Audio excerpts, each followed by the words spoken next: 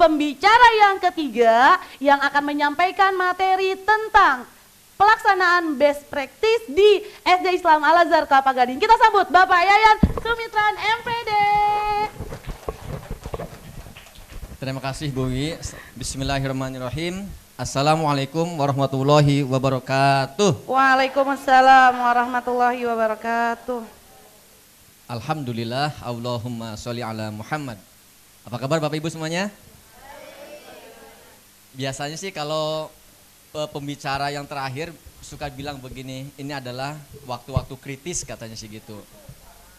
Sudah capek setengah hari, ditambah sudah dimakan, udara dingin, tinggal pules.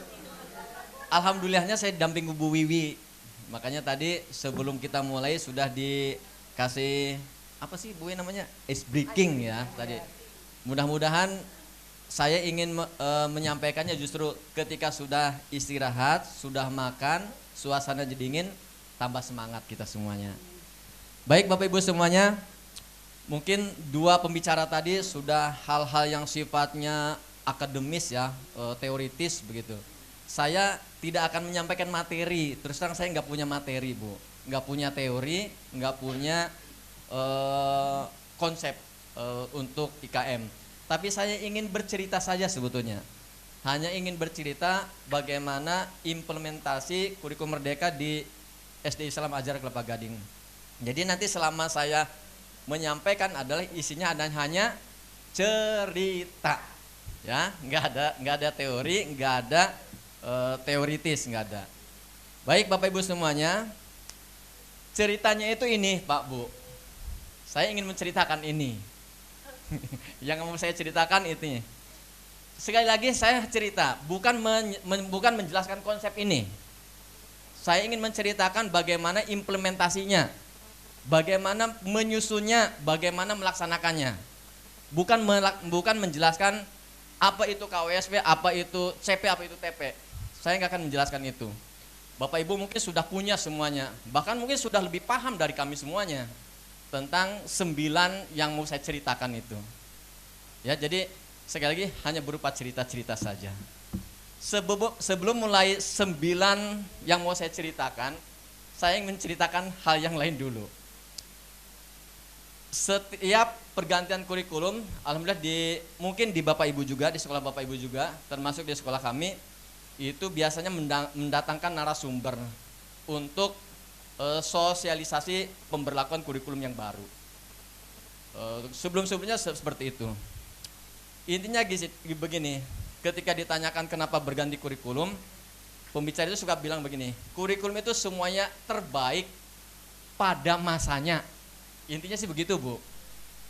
Saya masih ingat ketika kurikulum 2013 itu diberlakukan, bahkan dari 2006 juga diberlakukan, ada pembicara bilang begini,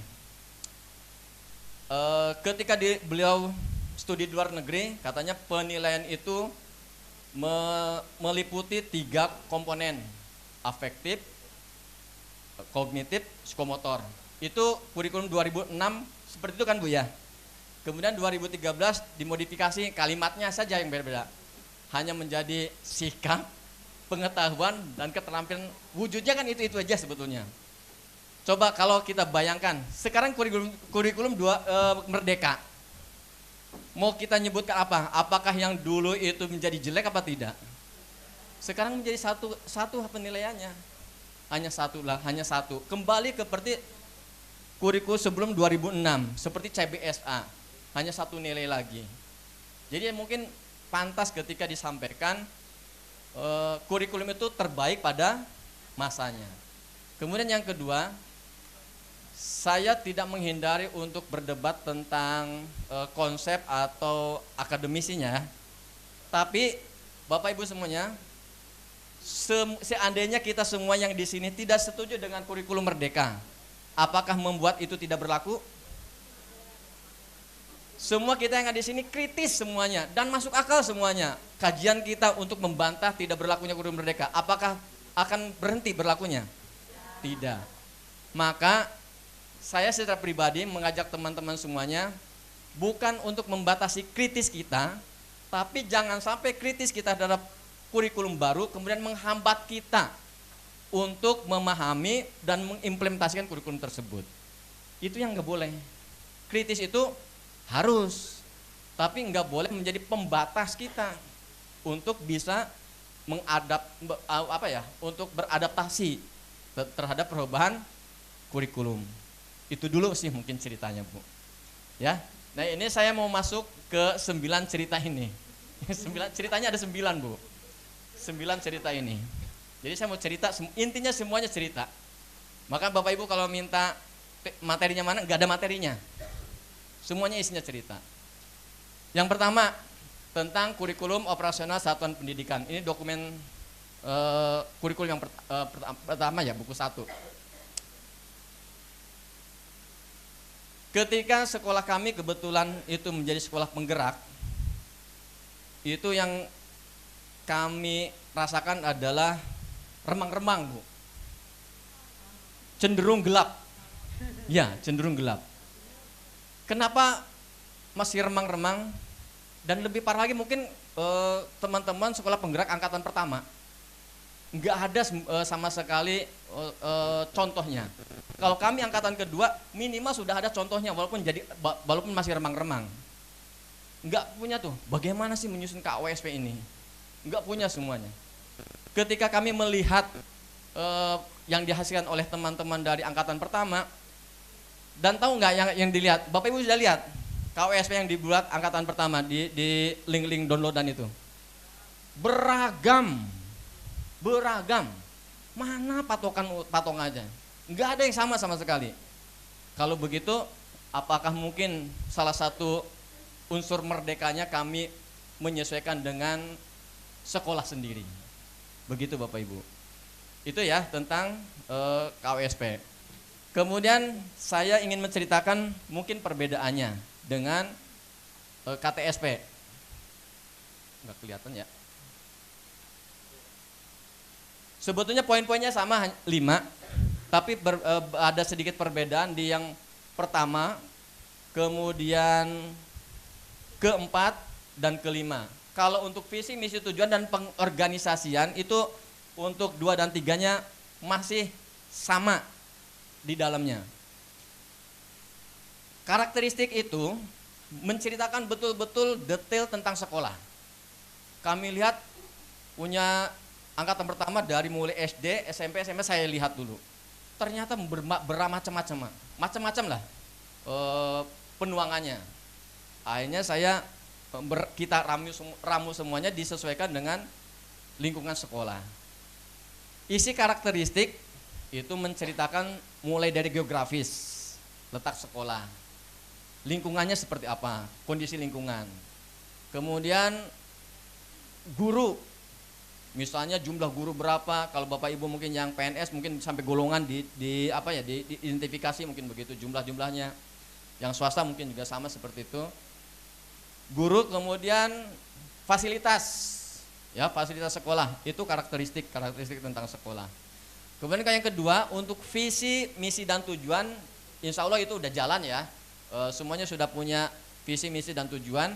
Nah sebetulnya di yang KTSP ini sebelum visi misi ada tujuan pendidikan dasar Pak Bu.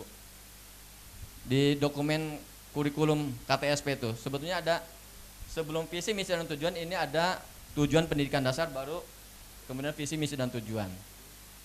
Yang ketiga, pengorganisasian pembelajaran, itu isinya struktur kurikulum. Makanya sama saya bilang dengan nomor 3. Struktur kurikulum. Yang jelas pasti beda K13 dengan kurikulum merdeka.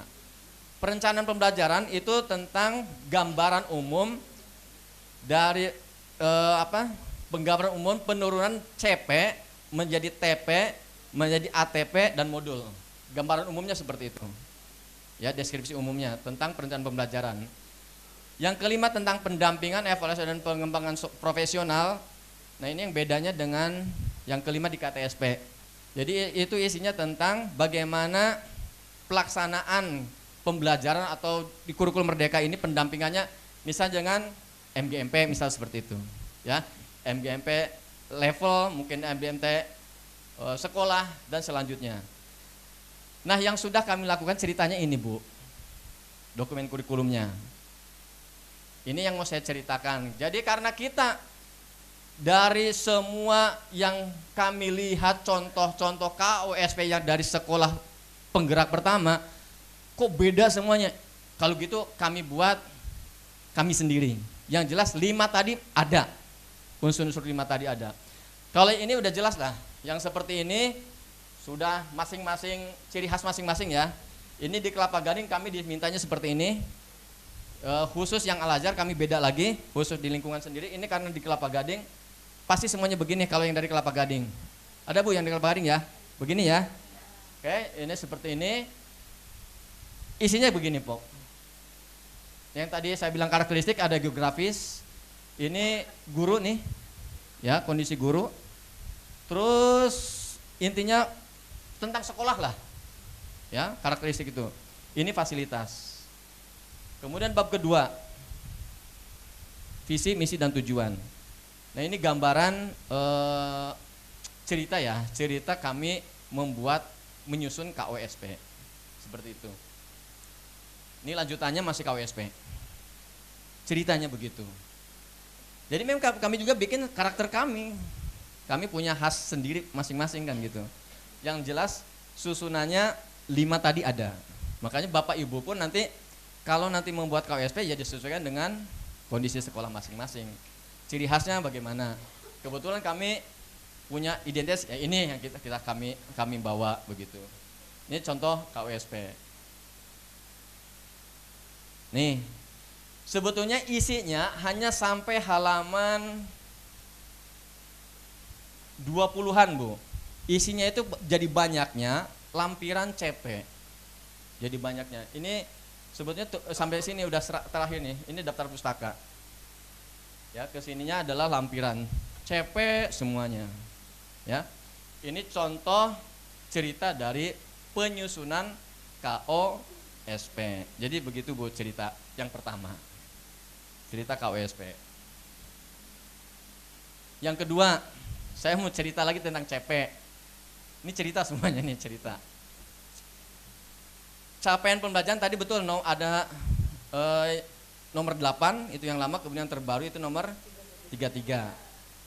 Nah ada bentuknya itu ada yang betul dalam bentuk masih di SK Kepala Badan Evaluasi Kurikulum dan Asesmen Pendidikan. Ada yang sudah dibuat menjadi tersendiri. Ini saya ambil yang sudah per mata pelajaran. Saya ambil contoh satu nih, punya IPAS.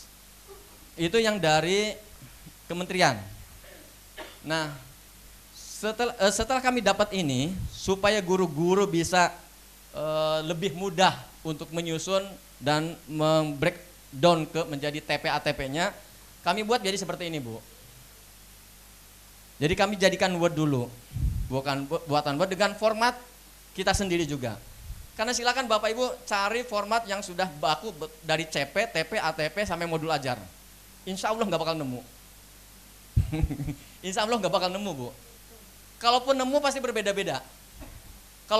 berbeda-beda. Maka kami juga buat dengan versi kami. Ini CP yang tadi dari kementerian, kemudian kami buat menjadi seperti ini per mata pelajarannya. Apalagi lebih susah lagi kalau melihatnya yang masih di SK, masih berupa surat keputusan. Itu campur dari mulai PAUD sampai SMK. Bukan SMA lagi, sampai SMK ada. Carinya bingung. Ya. Makanya supaya mempermudah, kita buat per mata pelajaran dan sudah bentuk Word. Ya, seperti itu. Nah, kemudian supaya guru-guru itu lebih mudah lagi mengambil, kan ini semua fase, Bu. Fase A, B, C dan C kan? 3 fase nih untuk satu mapel. Maka kami buatkan format CP. Kami siapkan untuk kelas dan fase tertentu untuk mapel, setiap mapel. Kami siapkan. Ini contoh yang dibuat oleh teman kami. Contoh CP Pendidikan Pancasila. Kami siapkan formatnya, kami siapkan tadi yang sudah CP per mapel untuk semua fase, kemudian dia buat pilih fase B-nya saja. Jadi gitu ceritanya, Bu. ya, supaya insya Allah mudah lah. Kalau CP itu kayak kalau kita sih dulu kayak KIKD-nya Bu, kayak KI-nya dulu. Nah, ini contoh lagi, maaf, ya. Jadi ini proses penyusunan CP. Kami kembalikan ke versi sekolah bapak ibu masing-masing, ya. Setelah CP tersusun, diturunkan lagi kan menjadi TP. Sebelum saya lanjut, ini sebetulnya apa Bu? Mirip apa sih sebetulnya ini kalau kurikulum yang lama? Ini KI, ini KD, gitu kan? Dulu tuh. Malah kalau kita pikir lagi, ini kembali lagi ke kurikulum sebelum K13 Bu. Jadi ininya kita nyusun sendiri. Kembali lagi sebetulnya dulu. Ya, apapun saya bilang, kekritisan kita tidak untuk menghalangi pengaplikasian ini. Ya, kemudian karena kita kritis tidak setuju, kemudian nutup diri nggak mau. Bukan itu maksudnya. Setelah CP-nya tersusun, kemudian diturunkan lagi menjadi ATP. Kita siapin formatnya, kita buatkan formatnya, elemen, CP, TP. Nah, guru-gurunya menyusun. Ini yang tadi contoh pendidikan Pancasila, ini elemennya, ini CP-nya, ini TP-nya. Makanya karena ini kurikulum terus berubah, Bu, Pak, maaf kalau saya tanya misalnya, sebetulnya materinya berubah nggak sih pelajaran itu? Kan nggak mungkin ya anak kelas 1 belajar materi kelas 4, iya kan? Betul nggak? Makanya kalau bagi saya, Bapak Ibu yang sudah punya KIKD, indikator K13 jangan dibuang tuh, pasti dipakai lagi. Pasti dipakai lagi buat menyusun TP sama ATP nanti, ya. Itu akan bermanfaat, walaupun mungkin masih tema-tema begitu, tapi bisa dipilah menjadi mata pelajaran. Nah ini Pak Bu, contohnya penyusunan atau penurunan dari CP menjadi TP. Nih, saya lanjut. ATP. Maaf, masih TP. Contoh yang kedua, tadi saya ambil Pancasila. Ini yang seni rupa. Ini yang seni rupa. Elemennya CP, TP. Tadi agak buram ya. Ini lebih jelas. Itu ceritanya. Yang belakang belum tentu kelihatan malah. Ya, ceritanya begitu. Ini dari CP, TP. Lanjut Bu ya ceritanya ya. Lanjut ya. Ini karena ini saya hanya menceritakan yang sudah bukan menceritakan pengalaman sebetulnya, menceritakan proses belajar yang sedang kami jalani. Ya, pengalaman terlalu keren lah pengalaman. ATP mirip apa Bu? Mirip silabus. Yang tadi mirip KIKD, ini mirip silabus. Baik Pak Bu, ini format yang sudah kami siapkan, ini sebetulnya sudah kami revisi untuk tahun pelajaran yang akan datang. Karena yang sebelumnya ada yang belum kami munculkan ini. Ini karena ciri kami ya, khas sekolah kami yang sekolah Islam, jadi ada integrasi IMTAK dan IPTEK. IMTAK buat pelajaran umum, IPTEK-nya buat pelajaran muatan agamanya. Ini sesuaikan saja, Ibu nggak usah ya nggak usah, memang ini masing-masing sekolah. Elemennya masuk, CP, TP, kegiatan pembelajaran mau masuk mau enggak masalah Bu. Kegiatan pembelajaran enggak masukin. Alur, nah ini maksud alur itu. Kemudian profil pelajar Pancasila yang mau ditanamkan, yang mandiri, gotong royong itu, kritis yang itu Bu ya. Kemudian asesmennya apa, lokasi persis seperti silabus. Silakan Ibu cari format ATP. Sekali lagi, satu nggak bakal nemu. Yang kedua kalau nemu pasti berbeda-beda, ya. Mungkin kita merdekanya gitu Bu, bikin formatnya macam-macam, ya. Contohnya bagaimana? Nih contohnya. Elemennya ini matematika, elemen, CP, tujuan, kegiatan alur. Nah, sedangkan bahasa Indonesia menyimak alurnya ini nomor 7. Jadi nggak mesti yang ini pertama, kemudian ininya alurnya yang pertama. Karena alurnya sesuai dengan pembelajarannya. Begitu, mungkin nggak menyimak dulu, mungkin membaca dulu, begitu alur pertamanya. Jadi ini disesuaikan alur. Kalau Bapak Ibu lihat, contohnya itu nggak dibuat format, tapi hanya diberikan TP pertama di alur sekian, TP kedua terus begitu doang, dibikin kayak gini nih, dibikin kayak apa, ular tangga gitu. Ya, silakan, ini mungkin kemerdekaan kita untuk menyusun format ini. Itu kemerdekaannya mungkin. Tapi kalau materi nggak biasa merdekanya kan, nggak mungkin karena merdeka materi kelas 4 diajarin kelas 2 kan nggak mungkin. Ya, itu bukan merdeka. Oke, ini dari ATP Bu, silabus. Yang ke berapa nih Bu? Saya lupa cerita ke berapa nih Bu? Kelima. Modul ajar. Kalau lihat tampilannya seperti apa Bu? Pak? Seperti RPP. Ya kan memang masih ada suka yang menyebut RPP plus. Ya mudahnya RPP lah. Mudahnya RPP. Komponennya juga sama. Komponennya hanya sama. Mungkin beberapa istilah yang ini saja Bu, TP-nya dulu apa TP? KIKD kan Bu ya? KIKD sama indikator kan? Ini TP. Ini Pak Bu, tolong ini bukan patokan harus begini ya. Ini mah karena sukanya ini kayak kami buat kayak gini. Bapak Ibu mau kayak gimana silahkan. Yang jelas ini harus ada TP ya, harus ada TP. Kemudian yang harus ada apa lagi? Materi ya, profil Pancasila, kemudian angka pembelajaran dan asesmen. Oh yang lengkap kan sampai glosarium segala Bu dicantumin. Sampai glosariumnya dimasukin Bu. Kalau yang sampai lengkap. Ini mah versi sederhana yang saya ceritakan. Versi sederhananya kayak gini. Contoh yang sudah dibuat. Ceritakan contoh Bu. Tuh contohnya. Karena tadi ini TP-nya ada ringkasan materi nih Bu, ringkasan materinya. Karena kami sekolah agama, kami masukkan integrasi agamanya. Kalau nanti pelajaran agama memasukkan integrasi IPTEK-nya. Bapak Ibu ciri khas masing-masing, ya. Ciri khas masing-masing ini materi semuanya. Ini contoh punya kelas 4. Ya, guru kami yang buat. Terus persis seperti RPP, betul nggak sih? Seperti RPP. Ada lampiran, diberikan lampiran. Seandainya ada,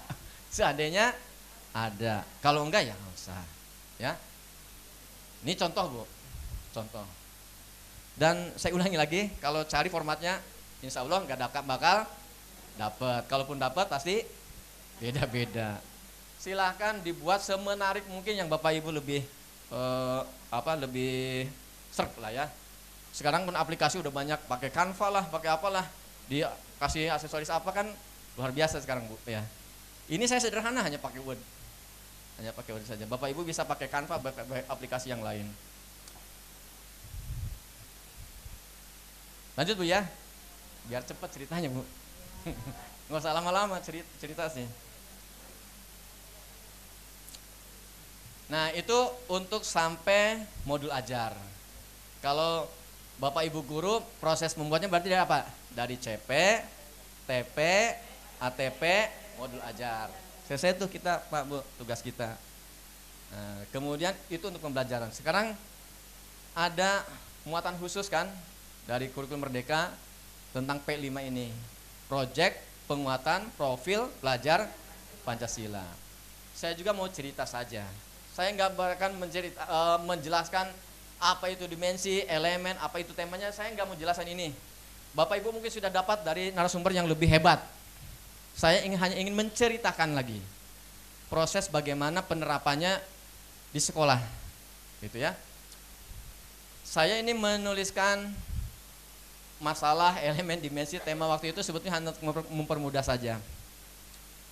Begini Pak Bu, yang sudah kami lakukan di semester 1. Kebetulan kami itu setiap tahun itu punya event. Kalau di sekolah lain mungkin disebutnya pentas seni. Di sekolah lain tuh. Kami itu ada namanya Alas Fair. Mungkin sekolah Bapak Ibu ada yang pernah ikut lombanya mungkin barangkali.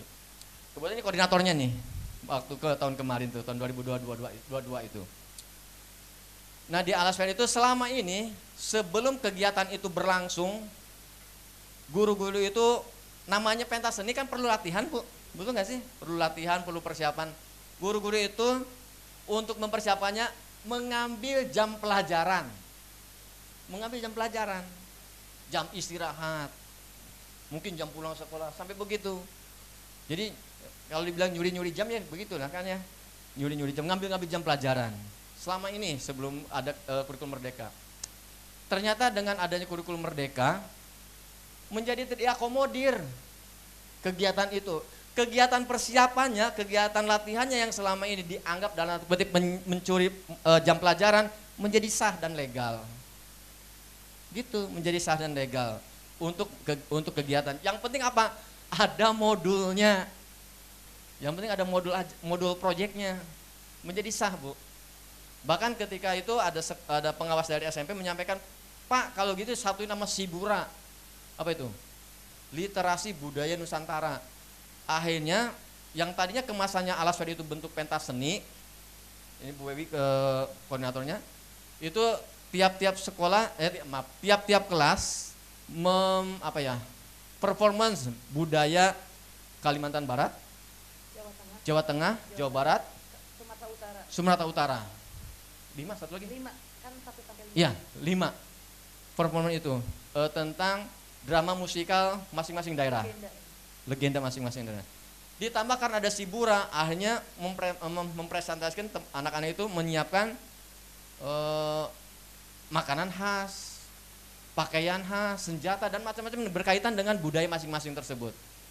Ditambahkan dengan beberapa literasinya masing-masing. Walaupun singkat mungkin yang buatnya anak-anak. Jadi seperti itu. Cuman ternyata Pak Bu, mungkin iya perlu seperti itu. Bentuknya nanti berupa produk, berupa hasil dan performance anak-anak. Apa mesti itu? Ternyata tidak. Enggak mesti harus itu. Justru yang lebih dapat nih, yang lebih mengena ketika kita mengambil kegiatan itu dari mulai sini Bu, dari masalah. Terus terang semester 1 kami jujur sebetulnya bukan berdasarkan masalah apa keperluan siswa.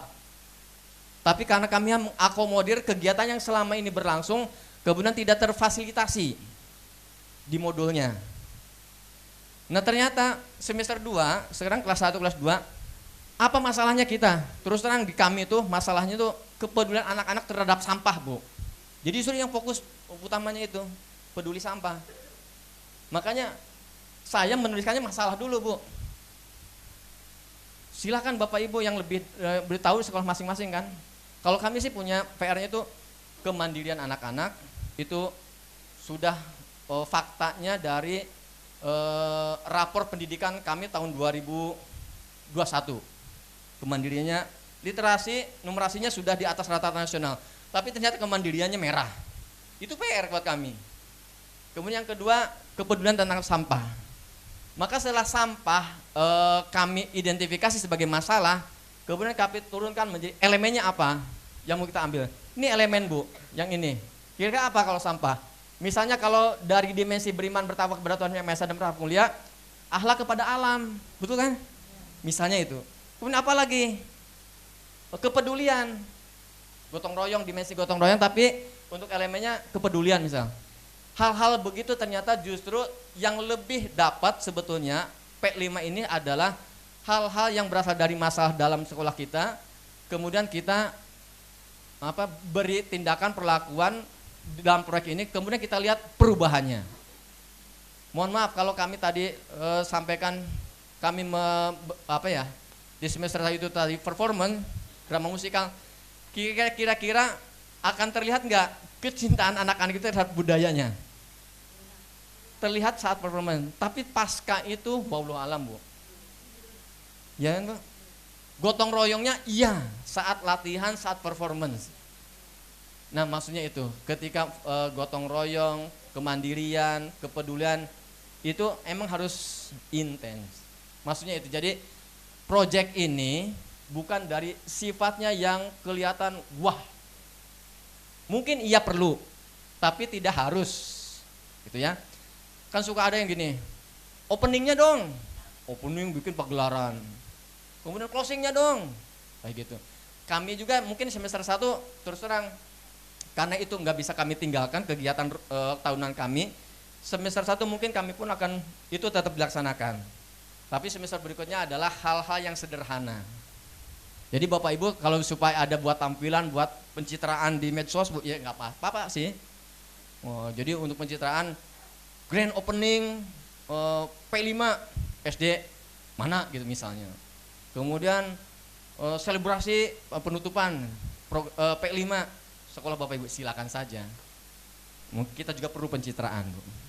Boleh, silakan seperti itu. Tapi yang lebih mendasar tadi, hal-hal sederhana tadi. Itu yang saya sampaikan untuk yang saya ceritakan tentang P5 ini. Temanya pilih sendiri, 5 dari 7 yang kita ambil, dua tema per tahun. Jadi dua proyek per tahun. Jadi silakan temanya yang mana saja. Yang jelas nggak boleh suara demokrasi dan bangunlah jiwa raganya, ya. Jangan, itu punya SMP SMA. Itu Bu. Nah, berkaitan dengan P5 ini kan hubungannya Bu, menyusun ini kan, menyusun modulnya Bu. Ini yang harus ada modulnya, modul projectnya. Kami buatin lagi formatnya, karena nggak akan nemu. Kalau nemu pun bingung, ini apa maksudnya, ya. Dimulai dari ini Bu. Ini sekali lagi gambaran umumnya saja. Fase, kelas, tema, dimensi, elemen. Sekali lagi ini ciri khas kami saja. Pengantar. Misalnya mau tentang apa sih? Sampah misalnya. Ya berarti kasih pengantar tentang sampah, pengenalan sampah. Nah, di tahapan proyeknya Bu, ada 4 bagian utama. Pertama itu pengenalan. Yang kedua kontekstual, dihadapkan dengan faktanya dan kenyataannya. Yang ketiga aksinya. Yang terakhir adalah refleksi dan tindak lanjut. Nah, masing-masing tahapan ini mudahnya itu harus masing-masing ada modul atau RPP-nya. Ini pengenalan mau berapa pertemuan, begitu. Ini saya contohnya 2 pertemuan. Kemudian kontekstual butuh berapa? Ini 4 pertemuan, 3 sampai 6. Aksinya butuh berapa? 4 bisa 7 sampai 10. Refleksi tindak lanjutnya butuh 3, 11 sampai 13. Ini sekali lagi hanya contoh Bu, Pak. Enggak harus seperti itu. Tapi 4 tahapannya itu 4 itu. Bapak Ibu mau pengenalan cukup 1 atau 2 silahkan. Tergantung masing-masing. Gak mesti 13, Bapak Ibu mau lebih banyak silahkan. Modulnya jadi tapi nanti makin banyak. Oke, lanjut kemudian dimensinya, elemen dan sub-elemennya. Yang tadi Bu ya, yang tadi saya tampilkan di slide sebelumnya, dimensi-dimensi tadi. Beriman, bertakwa kepada Tuhan Yang Maha Esa, dan berakhlak mulia. Bergotong royong, berkemajuan global, mandiri, bernalar kritis, dan kreatif. Itu dimensi-dimensinya, elemennya di bawahnya. Kemudian sub-elemen. Nah ini Bu yang kita lihat seperti RPP-nya nih. Pertemuan 1 tadi ini yang pengenalan. Pertemuan 2 terus sampai 13 kegiatan pertemuan. Karena saya menyusunnya di sini contohnya sampai 13. Maka kita buat menjadi 13 pertemuan. Seperti itu. Contoh aja lah. Nih contoh aja. Supaya nggak pusing-pusing Bu, contoh aja nih. Contoh punya kelas 4 tahun kemarin, semester kemarin, semester 1. Tema, topik, dimensi, elemen. Ini integrasi agama, pendahuluan. Pendahuluannya dibuat, kemudian pengenalannya 5 pertemuan, kontekstualnya 3 pertemuan, aksinya 2 pertemuan, refleksinya 1 pertemuan. Kemudian untuk penilaiannya, asesmennya, apa yang mau diambil? Kan kebinekaan global, kreatif dan gotong royong. Itu yang diambil dimensinya. Dilihat elemennya, gotong royongnya, kolaborasi. Kan mau perform itu pasti kolaborasi kan Bu? Mau drama musikal pasti kolaborasi dengan teman-temannya. Kemudian kepedulian. Nih, ini konsep banget lah yang kayak gini. Tinggal dilihat di modul masing-masing nanti. Nah ini contoh pertemuannya Bu. Saya hanya ambil 3 nih. Ini pertemuan pertama, contohnya. Ini pertemuan ke-6 sampai sini. Ini pertemuan ke-7. Nih pertemuan ke-7. Jadi masing-masing pertemuan menuliskan apa asesmennya yang mau diambil. Nah ini selesai tuh sampai modul project saya ceritanya. Ini yang keberapa Bu? Cerita keberapa nih? Ke-7 ya? Tinggal 2 lagi, jadi cepet nah, alhamdulillah. Ceritanya cepet. Asesmen. Saya nggak mau menjelaskan lagi asesmen apa, diagnostik, formatif, sumatif, nggak akan saya jelaskan. Ibu sudah dapat dan mungkin sudah lebih menguasai dari saya. Yang mau saya sampaikan adalah bagaimana proses pengambilan asesmen tersebut. Coba nih Bu, di kurikulum 2013 maupun kurikulum Merdeka, di modul project, di modul ajar, ataupun di RPP, nemu nggak Bu yang kayak gini nih? Maaf nih, RPP nih. Asesmennya kayak gini. Apa itu asesmen, apa namanya Bu? Rubrik kan bentuknya. Rubriknya penilaiannya kan rubrik kan bentuknya. Kalau saya tanya gini, ini kan berarti kalau sangat baik 4 ya? 4, 3, 2, 1 kan gitu ya? Saya tanya Bu, kalau mungkin nggak anak itu dapat nilainya 100? Mungkin kalau semuanya 4, betul ya?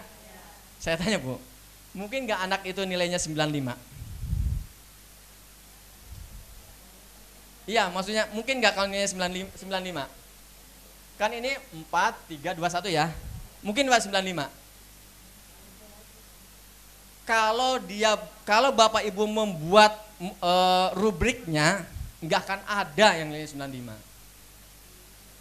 Kalau dibuat rubriknya, tapi kalau dibuat simsalabim ada. Pasti ada. Nah maksud saya, karena ini saya ngalamin Bu, ketika meriksa nilai, ini apa nilainya kok ada 100, ada 95 nih. Berupa performance dipakai apa? Rubrik nggak mungkin Bu, kalau itu 4 hanya 4 itu. Saya simulasikan Bu ya, saya contohkan yang kami lakukan nih. Karena kami buatkan ini buat Bapak Ibu gurunya. Ini, kok nggak muncul Pak? Kenapa nih? Selesai dong nih.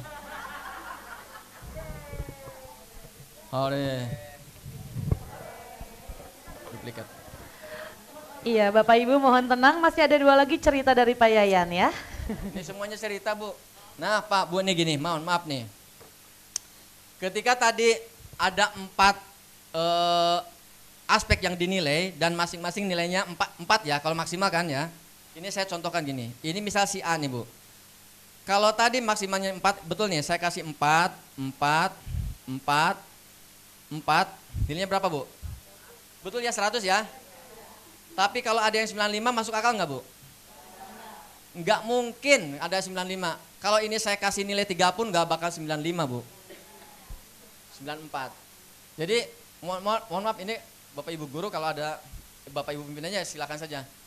Kalau seandainya di RPP itu rubrik muncul, tapi kemudian begitu penilaian ada nilai 900, 95, 90, itu rubriknya bohong-bohongan. Itu bohong-bohongan rubriknya, hanya aksesoris di RPP saja. Aksesoris saja di RPP. Betul nggak? Di buku guru K13 itu semuanya, yakin saya itu semuanya rubrik semuanya. Silahkan aja buku guru kurikulum 2013, kalau di bagian akhir itu penilaiannya rubrik semuanya, hampir rubrik semuanya. Tapi wallahu alam proses penerapannya di pembelajaran nggak tahu tuh dipakai apa enggaknya. Karena ini kalau nggak disiapin ini, yakin nggak bakal dapet Bu. Kalau nggak disiapin format ini. Itu terkait dengan asesmen. Makanya saya sampaikan saya nggak akan membahas asesmen formatif, kemudian diagnostik dan sumatifnya. Itu silakan aja gimana itu. Tapi ketika Ibu ngasih asesmen diagnostik di awal pelajaran, pakai rubrik, kemudian misal di akhir pembelajaran formatif atau nanti sumatif, itu rubrik tapi angka-angkanya aneh, itu berarti rubriknya nggak dipakai, hanya sebagai aksesoris saja. Itu maksud saya. Ya, makanya saya langsung ke prosesnya. Itu Bu. Kemudian saya tadi di slide itu menampilkan ini sebetulnya. Langsung nggak? Nih, apa ini kira-kira Bu? Analisis. Kalau Bapak Ibu sudah punya, alhamdulillah. Mau pakai apa terserah aplikasi itu. Mau pakai sudah aplikasi yang sudah canggih silakan, SPSS atau apapun silakan. Ini saya buatkan buat guru-guru itu yang sederhana. Intinya cukup tahu tentang tingkat kesukaran masing-masing soal, cukup tahu daya serap, cukup tahu tentang tertinggi, terendah, ya seperti itu, tertinggi, terendah, rata-rata. Ini saya contohkan begini Pak Bu, hanya contoh aja. Jadi kalau yang saya khawatirkan ketika membuat format analisis, ujung-ujungnya hanya skor nilai saja, nggak ada informasi yang lain. Nah ketika Bapak Ibu dibuatkan nanti di sekolah, jadi di bawahnya itu akan ada informasi. Nah informasi ini, tingkat kesukaran soal tersebut, masing-masing butir, ini kenapa SKR sukar semuanya, karena 0 semuanya, nggak ada yang saya isi, nggak ada di input. Tapi kalau sudah di input, ini nanti berubah, sukar, sedang, mudah. Kan itu yang perlu informasi kita. Kita membuat soal kan, kemudian berapa yang tuntas, ini tergantung KKM-nya. Atau KKTB kalau istilah kurikulum merdeka. Ini. Kemudian yang tidak tuntasnya, yang tuntas berapa? Daya serapnya berapa? Nah, analisis ini sebetulnya yang penting adalah informasi ini. Jadi tidak semata-mata hanya skor nilai. Itu Pak Bu. Ini udah yang ke-8, tinggal satu lagi Bu ceritanya. Ceritanya satu lagi. Asesmen. Nah ini yang tadi saya tampilkan ini Bu.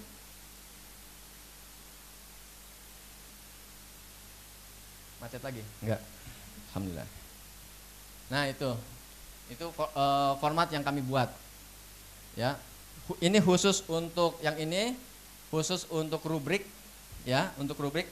Ini maksudnya di sini tuh dikasih keterangan. Kalau misal ini hanya contoh, misalnya rubrik puisi, misal membaca puisi, apa sih yang dinilai? Misalnya intonasi, apa lagi Bu? Apa Bu? Ekspresi, apalagi nih? Ini diisi begitu. Kemudian di sini skop maksimalnya berapa? 4 misalnya. Ke sini ya tergantung masing-masing anak. Tergantung masing-masing anak. Jadi nanti rubriknya bukan cuma aksesoris, tapi ada bener. Mungkin Bapak Ibu juga mencantumkan ini nilai rubriknya, tapi nilainya gitu. Ada 100, ada 98, ada 95, ada 90. Ya itulah gitu ya. Mungkin yang selama ini terjadi kayak gitu. Dan saya yakin iya. Saya yakin ya begitu. Tuh Bu tentang asesmen. Jadi saya bahas nyampaikannya ceritanya adalah penerapan. Yang terakhir, rapor. Nah ini yang saya ceritakan awal tadi Bu.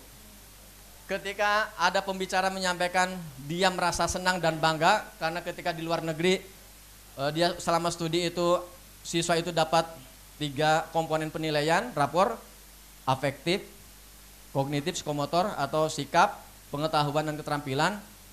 Dia bangga dan senang ketika kurikulum 2006, kurikulum 2013 itu memberlakukan seperti itu. Coba kalau sekarang ditanya tuh, pembicara dulu yang saya ada ke Al-Azhar Kelapa Gading, kira-kira dia kecewa nggak dengan sekarang? Paling kadang-kadang kurikulumnya yang baik kan untuk sekarang. Iya, itu maksudnya seperti itu. Jadi kembali lagi ternyata sekarang penilaiannya hanya satu, nggak peduli lagi itu sikap, nggak peduli afektif, kognitif, psikomotor, pengetahuan, keterampilan. Kalau dibilang balik lagi ya balik lagi kan? Iya. Tapi nggak mau dibilang begitu, Bu. Saya yakin semua pembicara kalau mau begitu sosialisasi kurikulum merdeka, nggak bakal ada yang bilang kembali lagi ke kurikulum sebelum-sebelumnya. Kurikulum CBSA mungkin dulu ya. Nah ini Bu, ini sekali lagi kalau yang atas ini hanya ciri khas kami. Jadi ada karakter pengembangan karena kami punya robaniyah, insaniyah, ilmiah dan alamiah. Ininya sama. Nah kebetulan gini, ketika kami ditetapkan sebagai sekolah merdeka, kami mulai berpikir bagaimana nih rapornya yang sudah kami pikirkan itu. Sementara kementerian belum mengasih apapun itu aplikasinya. Tahu nggak Bu, dikasihnya kapan? Itu tinggal nggak tahu saya hitungan minggu atau hari itu menjelang kita bagi rapor. Ya, makanya kami sejak awal ditetapkan sekolah merdeka, karena kami sudah mulai menggandeng kerjasama dengan vendor untuk pengembangan ini. Jadi untuk penilaian, asesmen, tertulis itu CBT, kemudian absensi dan yang lain kami sudah integrasikan. Nah termasuk untuk rapor. Jadi sudah dibuatkan template-nya tersendiri. Jadi kami nggak pakai yang dari kementerian lagi tuh selama ini pun. Ini contoh rapor yang project. Contoh rapor project, ada temanya, ada deskripsinya. Kalau kemarin kami temanya Bhinneka Tunggal Ika ya, Bhinneka Tunggal Ika. Kemudian di sini drama musikal daerah mana gitu ya. Kemudian dimensi yang dinilai tadi kebinekaan global, gotong royong, kreatif seperti itu. Disesuaikan dengan pilihan elemen, dimensi dan elemen masing-masing. Ini bentuk yang sudah jadinya. Ini yang kami bagikan saat semester 1 kemarin, Bu. Raport kurikulum merdekanya ini. Ini ya, ceritanya begini. Rapornya semester 1 kurikulum merdeka. Ya. Kemudian raport proyeknya ini. Raport proyeknya ini. Terus yang ini kami yang request sendiri. Kita nggak menggunakan yang di kementerian. Ini raport proyeknya. Nah sebetulnya selain raport proyek ini kami punya 3 rapor lagi sebenarnya Bu. Punya dua lah, bukan 3 lah. Ada tambahan sebetulnya. Ini kami raport, karena kami ada pembelajaran Al-Quran Bado Tilawat ini Al-Quran sendiri. Kemudian ini ekskur nih, 2 ini ekskur, raport ekskur. Jadi sebagai lampiran, nilai yang ini B nih, nilai ini akan otomatis ketika ini sudah diisi, akan otomatis terinput ke nilai rapor yang di sini. Otomatis masuk ke raport, tapi dia juga punya lampiran keterangan-keterangan kompetensinya. Nah Pak, Bu, itu 9 ceritanya tentang implementasi kurikulum merdeka. Ini saya sekali lagi hanya cerita, seandainya ada yang bisa Bapak Ibu ambil hikmahnya, alhamdulillah silahkan. Tapi seandainya ada yang kurang berkenan yang saya sampaikan, tidak setuju dan hal yang lainnya yang kurang dari saya mohon maaf, silahkan Bapak Ibu kembangkan, perbaiki di sekolah Bapak Ibu masing-masing. Demikian Bapak Ibu ya, terima kasih. Waalaikumsalam, assalamualaikum warahmatullahi wabarakatuh. Waalaikumsalam warahmatullahi wabarakatuh. Bagaimana Bapak Ibu cerita Pak Yayan tentang 9 hal penerapan kurikulum merdeka di SDI Alaska? Apakah ceritanya sudah bisa ditangkap? Sudah. Nih, kurang ya. Iya, terima kasih kami ucapkan kepada Bapak Yayan Sumitran MPD yang telah menyampaikan cerita penerapan kurikulum merdeka di SD Islam Al-Azhar Kelapa Gading. Semoga cerita Pak Yayan tadi bisa menginspirasi Bapak Ibu sehingga bisa menerapkan kurikulum merdeka di sekolah masing-masing. Nah, sebelum Pak Yayan tadi sudah memberikan ceritanya Pak Yayan ya. Apakah Pak Yayan mengharapkan nih biar bisa saling melengkapi cerita juga dari Bapak Ibu nih yang sudah menerapkan kurikulum merdeka? Atau kita buka sesi tanya jawab atau Bapak Ibu juga mau bercerita? Ayo. Atau nih tadi, maaf ya, tadi ada satu hadiah nih Ibu Nisa. Iya, ada satu hadiah buat Ibu Nisa, tapi ternyata ada dua, ada yang mau? Ada yang mau satu lagi? Oke, tapi jangan dilihat Pak, diumpetin Pak. Tadi Pak Yayan sudah bercerita tentang 9 hal yang sudah diterapkan di SD Islam Al-Azhar Kelapa Gading. Siapa yang bisa menyebutkan komponen yang 9 tadi? Wah, ini sweet nih kayaknya ya, deketan. Siapa Ibu? Diulang Ibu, siapa yang mau bercerita? Oh, yang Ibu yang sedang hamil ya Bu ya? Masya Allah, boleh pinjam Bapak? Siap. Apa saja ya Bu kira-kira? Bismillahirrahmanirrahim. Assalamualaikum warahmatullahi wabarakatuh. Waalaikumsalam warahmatullahi wabarakatuh. Nama saya Arnul Fitasani dari SD Muhammadiyah 22. Yang pertama KOSP. Boleh lihat ke Pak Yayan nih, takut iya. saya salah jawab nih. Betul Pak? Betul, 2. Yang kedua CP, yang ketiga TP, yang keempat ATP, yang kelima MA, yang keenam P5, yang ketujuh MP, yang ke-8 asesmen dan rapot. Wah, tepuk tangan Bapak Ibu, Masya Allah. Ini yang mau menyerahkan hadiah Bu Nur atau siapa nih? Oh, langsung saja ya. Ibu, selamat ya Bu, mohon diterima. Ibu, hatur nuhun. Mau dibawa pulang? Oh, enggak ya? Iya. Gimana ini Pak Yayan, mau ada sesi tanya jawab atau sesi sharing? Ayo Ibu, ada yang mau bercerita juga? Mungkin kesulitan-kesulitan yang dihadapi saat menerapkan kurikulum merdeka di sekolah Ibu masing-masing. Oh iya, siap. Boleh sebutkan nama dan asal sekolah Ibu. Nama saya Nur Komari dari SDN Pegangsaan 207. Kebetulan sekolah kami itu sebagai belajar mandiri. Dari baru diterapkan kelas 1 dan kelas 4.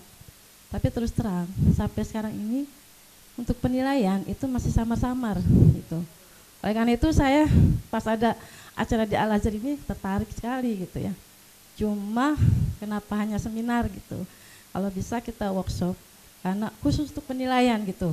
Jadi apa yang disampaikan oleh Pak Wahyono tadi, oleh Pak Yayan itu saya rasa masih kurang gitu. Ya, jadi terus terang memang di sekolah kami itu kami masih meraba-raba masalah penilaian.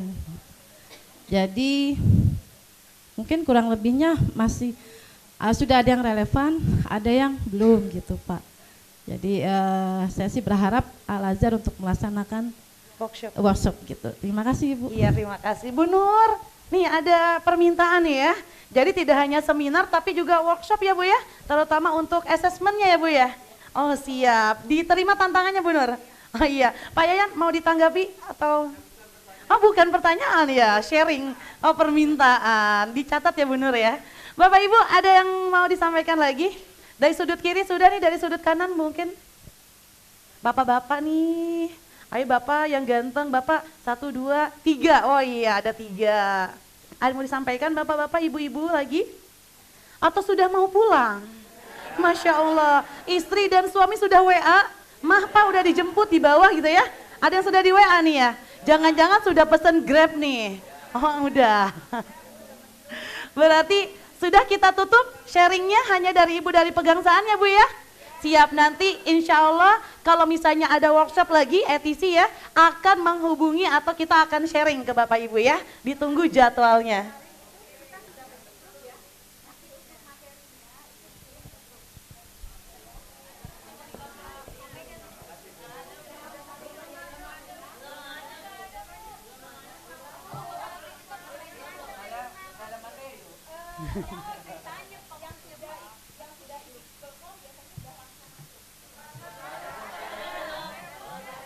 Oh, mungkin nanti sama admin ya Bu ya? Iya.